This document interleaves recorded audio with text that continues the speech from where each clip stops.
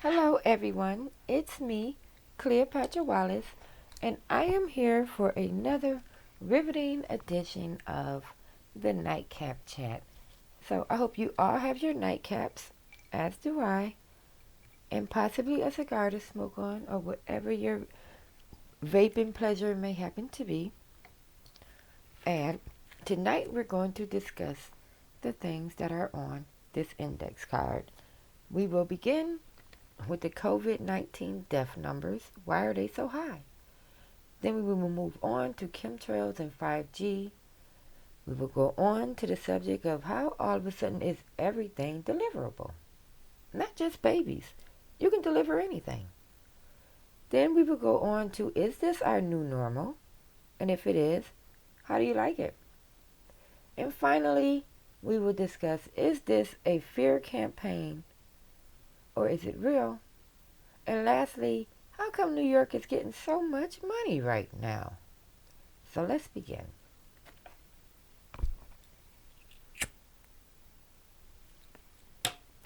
As I'm sure most of you have known, the numbers are jumping incredibly when we talk about the COVID-19. As the making of this video, right now it is April the 9th, 2020. It's about 6 or 7 o'clock in the evening in New York Eastern Time. All over the world, we have had 95,443 deaths from COVID. And right here in America, 6,543 deaths.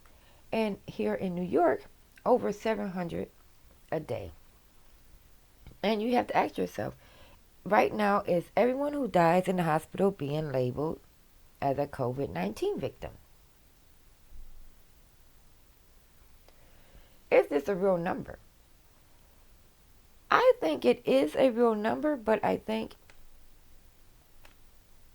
the factors that go into the number isn't real. Like, I don't think everyone who dies in the hospital right now are dying from COVID. I mean, pretty sure some people come in there for car accidents or whatnot.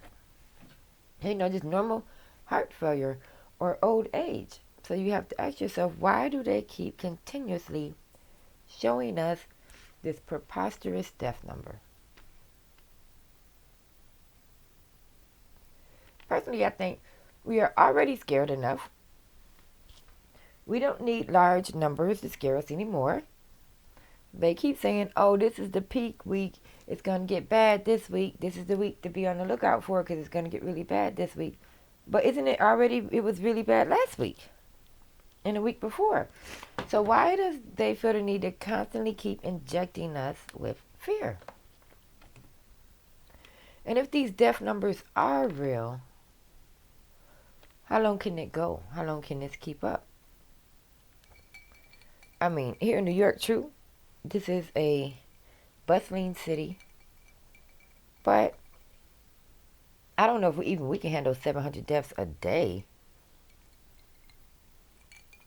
Now, you would think that society will begin to miss these people as they are our teachers, our neighbors, our doctors, our lawmen, our postmen. Where are all of these dead people coming from? Me personally, I don't think I know not one person who has died from it or even that has it officially. And I'm in New York. I don't know not one person that actually has it. And then as you look through different videos, you can see where they're saying those are mannequins in a stretcher and they're fake doctors and all of this. But even if that is true, what is the end game in showing us this large death number? Is it to create a reality where you just think every day you walk outside your house you're going to die? I mean, what's the point in creating such fear-mongering amongst people? It's bad enough that we can't gather in groups of 10, but now they have made it to where really gathering at all, even inside your house, is forbidden. So it's a war on family, I think. It's a war on connections between people. They want us to be afraid of each other. And it's working. I would have to say it's working because when I go out to the stores or out in public, I don't necessarily want anybody sitting too close to me. You know, you can wait your turn way back there where the little line is. I know you see it. But the main question is, why is every death being labeled a COVID death? Why is that number so important to keep drilling into our heads every day? Why? All right, now let's move along to chemtrails and 5G. Now, I know lots of people were saying that the virus is 5G, and I don't think that's true. I think they're two completely separate animals. And we're going to ask the cards as well. But I think there are two completely separate animals that is happening to us simultaneously at the same time. Now, up here in New York, they say, oh, it's so bad, it's so bad. And if it's so bad, they will have you think the 5G people that it's so bad because of the 5G. But when I look outside my window every day, I still see pigeons, sparrows, um, seagulls. Since we're by the water, I'm still seeing plenty of birds. So, no, it's not 5G. Yes, 5G is here, and yes, 5G is not a good thing. It's extremely harmful. We don't even really need it. What's the point of it? 4G had us, we already connected. They're not upgrading this shit so you can watch more movies or so that your child can play PlayStation with someone in Korea. They don't care about your entertainment. What this 5G is about is connecting everything. It's going to have a way of turning everything on. Anything that can be connected will be connected. And that's a very scary thought. Because, you're up in the morning making toast or drinking coffee. Those are electric appliances. You don't necessarily want to think 3-4 years from now that your toaster or your coffee maker is reporting back information. But if things happen the way they want them to, it will be. Even little particles can be put inside your medicine that you ingest that can send a little signal after, of course, the outside capsule burns off and your stomach acid hits the little, translator or antenna or whatever it is to send a little signal off, signifying that you have taken such said medicine, and you would never even know it was in there. You wouldn't know. These things, these transmitters and antennas are so small. These nanoparticles are like a grain of sand. You could swallow one and wouldn't even know it. There are ways of tracking you, not only through your phone, through your clothing, your shoes, your car, your house, even your animals have chips. And like my cat has a little chip in her in case she gets lost. I want to be able to find her. Now I suggest maybe that was the testing grounds for this whole chip thing to see if it can, possibly work long term inside of a living thing that goes through normal living trauma. And it turns out they can. My cat's about 7 years old. She's had that chip in her for about 6 of those 7 years. And I'm pretty sure I've never had to call in on it, but I'm pretty sure it's still pretty much active. If she got lost, I can find the paperwork and they can tell me where she's at. Now, if that was a trial run, then yeah. Now they're ready to put them in people. And so many people will say, well, what's the big deal if they want to put a chip in you? They already know where you're at. They know where you are anyways. Your mail, your cell phone, they know where you are. So what's the big deal about the chip? I think the big deal about the chip is, we've all watched the scary movies. So where you do something they don't like, they flip the switch, chip fry your ass. That's what I think is scary about the chip. Because who's to say that it can't send a signal off to your brain that shut down your nervous system? Or who knows? Make you say crazy things, make you act in a certain way. We all know that radiation messes with your cognitive skills. So does fluoridated water. They put fluoride in the water. Now we got the chemtrails in the air. All of this is to make you more docile. Now you may ask yourself, why would you want a whole country full of docile people? Cards, why would the system want a whole country full of docile people? What would be the purpose in that? We're going to take the next top. What is the purpose in making the people docile? Oh, jumpers. Next top. Alright, there it is. Oh, the Four of Wands. Now, the Four of Wands card is generally the homecoming, the family reunion. We're all getting back together again. So, if the purpose of making the people more docile is for some sort of a homecoming, you would then have to ask yourself, who's homecoming? There's lots of schools and conspiracy people that say that they have been terraforming our planet so it's more acceptable or more adaptable or more agreeable to their type. You can't see the quotations, but I'm putting their in quotes. Their type. So, is this a homecoming of our kind or of their kind?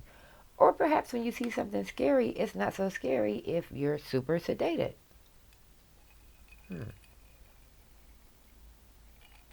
But that would cause a different problem. If you have a whole society of docile, sedated people, wouldn't that same society be vulnerable?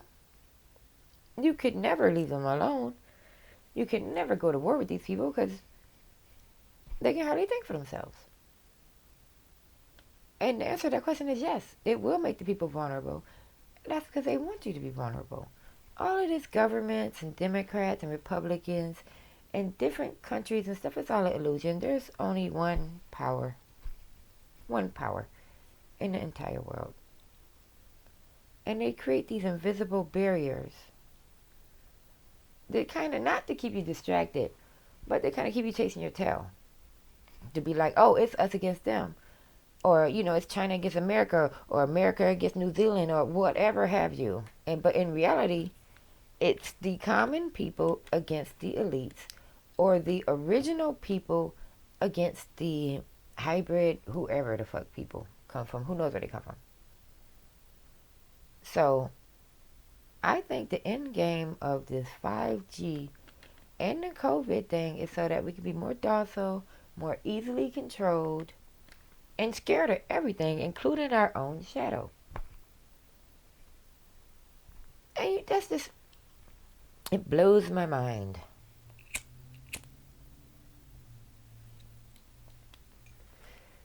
Now we're going to move on to, when did everything become deliverable? Now I know they started playing with the little simple things first. Like you would see a commercial during daytime TV for like maybe senior adults to have their diapers delivered because it stops with the embarrassment in the store. Nobody wants to see you buying Depends. And then like a year later it would be, you see the Shoe Dazzle commercials where you can get a new pair of shoes sent to your house every month. Sent it right to your house. And then we already had the QVC. And then they started with the Fresh Crate and stuff to where now you can get dinner delivered to your house. And in some parts of the South, they have delivery liquor stores and stuff like that. But now I see Amazon has rolled out a service where they will deliver groceries. When did everything become so damn deliverable? Maybe I would like to go outside and walk around the store and pick my own food. Like, how come I can't go outside and buy my own things? So now it's illegal for me to make my own purchases and use my own thoughts, leave on my own initiative and go buy something. Why is everything deliverable all of a sudden? It's the strangest thing. The strangest thing. Everything is deliverable. Overnight. They haven't even seen a commercial where you can get your pet stuff. Like kitty litter and stuff delivered. Outside is not a bad place. It's not as out. I like outside. I enjoy generally going outside. I don't know when did outside become a taboo or a bad word. It's insane. We're not allowed to be outside. Are you aware that you're not allowed to be outside right now? You better have a hall pass if you get caught out there. So again, now, is this the new normal? That is a discussion I've been having with a few of my friends. I don't think they are ever going to open back up public schools or theaters or like malls and restaurants, like that type of thing where large people can gather, I think that is done for quite a while. Maybe like years from now, somebody come up with a new system, but I think this might be the new normal to where you homeschool your kids at home with government supplied materials. Because they still have to brainwash your ass, even though you're at the house. You gotta make sure you get a brainwashing is complete. Gotta start the brainwashing before 12. So now they're gonna be, I'm pretty sure, start delivering materials that you are to teach your kids or whatever, what have you. And of course, the Wi-Fi, the 5G is going to be right there in your living room, making sure that everything is getting to you lightning fast speed. And about all of this, I know we already discussed 5G, but I just want to go back for 1 second. Having that strong ass Wi-Fi signal box in your house, constantly day in, day out, pumping in that radioactive frequency to your children who are now forced home, that alone is going to mess with your cognitive skills as well and your sleeping skills. And there are a few people who have been said to have like nosebleeds and stuff when the towers go up around their houses. So it's almost like if you get a captive audience. Like, I know you can't go anywhere, so you're forced to watch this, or you're forced to listen to this. If you were all inside and then there was a, let's say like a direct energy weapon directed toward the residential areas, and you're all inside, then surely you will all be victimized. It's like, almost like shooting fish in a barrel. They have come up with a way to make you fear outside, fear your neighbors, fear the people who look even just like you. Didn't they say you can't tell if a person has it or not, because some people are asymptomatic and some people are not. So now you're just chasing your tail and you don't know what to do. What do? You go home and you turn the internet on. And now you're getting all of this information and you're on Amazon, you're shopping, you got the 5G going, you're getting radiated. And now you've turned your life over to who? Now who's in control? You're not in control, that's for damn sure. You're not in control. You're the last person that's in control. Okay? But who is?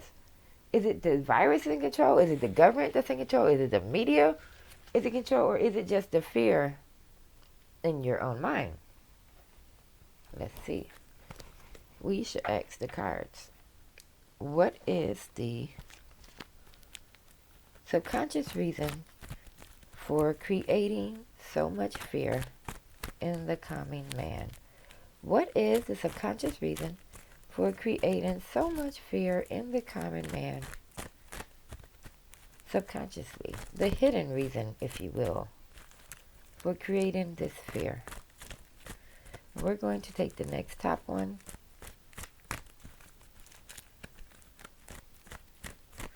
All right, and that is clarified with conserving. Yes, recycling. See that? Those are all little bitty recycled bottles that they're turning into something else. So, I don't think they're conserving our health or our energy. I don't even think they're conserving the earth.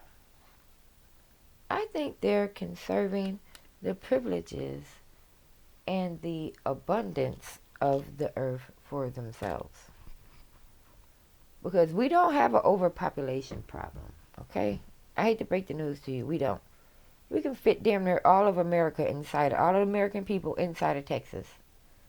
And buildings, like big, tall skyscraper buildings, all of America can fit inside Texas if we really had to do it. So there's no overpopulation thing. The problem is the divide between the rich and the poor has become so great to where now the poor, I think, are beginning to fear that eventually they may have to take what they need from the elite. And I'm sure the elite feels this as well. Like eventually they're just going to come over here. It's more of them than us and just take what they want. So what do? We create a fear campaign We kill a few, we hide a few, we starve a few, we poison a few. And after you keep doing all of this, now everybody's scared. They're running. They're now no longer coming outside. Guess what? They no longer care about how much money they do or don't have. Now they just want to live. It's like creating an invisible prison of fear while feeding it through the media. And not only feeding it through the media, but poisoning you and your food and your water, making you more docile to where you're coming up against problems, and your ability to think and reason and to figure this shit out is severely hampered by the fact that your food has absolutely no nutrition in it. Your pineal gland is probably calcified at this point. And you're paranoid as fuck of everybody and everything. So when a regular just 2 plus 2 problem arrives, you're fucking sitting there twiddling your thumbs trying to figure out what the fuck is a plus. And you know what a plus is. I think this whole thing is a war on your connections with other people, on your consciousness, definitely on your humility and your morals, because it's like almost put you in a position to where now you have to judge other people. Is this person sick or not? Can this person come inside my house or not? Are they going to make me sick? I better back up from this person. This has taken racial profiling to an explosive level to where now we're people profiling just altogether. Since it is asymptomatic, you can't tell what a person has it or not. So now you have to do your own judgment, and your judgment's fucked up because 5G and 4G and 3G and all the other shit has been frying your brain to the point to where you get so scared, you know what, just stay in the house, fuck it, I don't need it. It'll be alright. That's exactly what they want. They have won. Yep. They have absolutely won the war on humanity by making us scared of each other, poisoning us with our food and water and medicines. They change the rules every day on what's right and what's wrong and who gets punished for what. There are people that can do the most horrific crimes and get like 5 years probation. Meanwhile, someone else could, like, just as an example, like shoot a police dog or accidentally hurt a police dog. They will get that person 20 years to life for hurting a dog. Meanwhile, here is somebody else who's done the most heinous thing, probation. Who's freaking judging this shit? And not only who's judging it, but who's allowing it? I'll tell you who's allowing it. Us. That's who. Because we see these things and we think, oh, as long as it doesn't happen to me or no one in my family, I'll be alright. You know, this type of thing only happens on TV. Or, you know, those injustices and things like that, they deserve it. They put themselves in a situation. Well, do you feel like everybody who gets punished put themselves in a situation? Do you feel like you put yourself in a situation to be in punishment inside the house for how long? How long you been in there? About 5 weeks? What did you do to be punished like this? Oh, you just living your life, huh? Yep. Who measured that? Who decided who's essential and who's not? Because I tell you, up here in New York State, that shit is wild. Because the liquor store is wide open. But meanwhile, where you would go like buy clothes or shoes, because we just had a change of season from winter to summer, so you probably need to like buy a new pair of shoes right now. Nope, you can't buy no shoes. No, the shoe store, the clothing store, that's closed. But the liquor store, oh buddy, that's wide open. You want to know why? Because the liquor store makes New York State over $10 billion a year. So what's essential? The things that make money or the things that take money? The things that people need or the things that people want? That's insane. How is it that the liquor store is essential?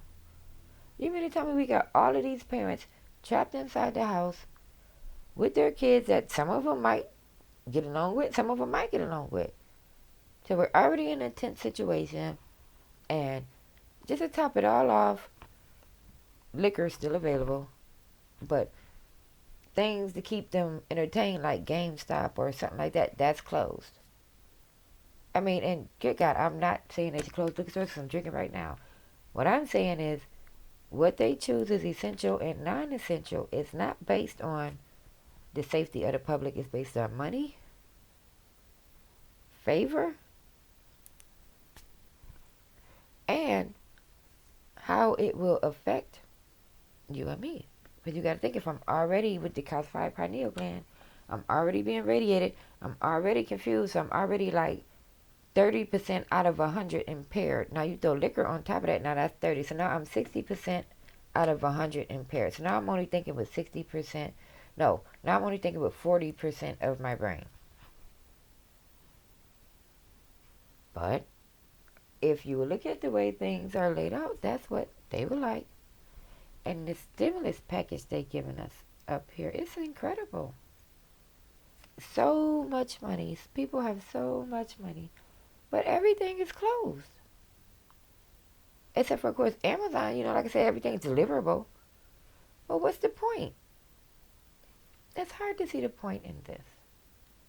But again, I don't want to make this too long because it takes forever to upload when it's too long. This has been me, Cleopatra Wallace. And this is another edition of the Nightcap Chat. And if you have anything to add to this, feel free to leave it in the comments. And you should like and subscribe to my channel because who knows what's going to happen next.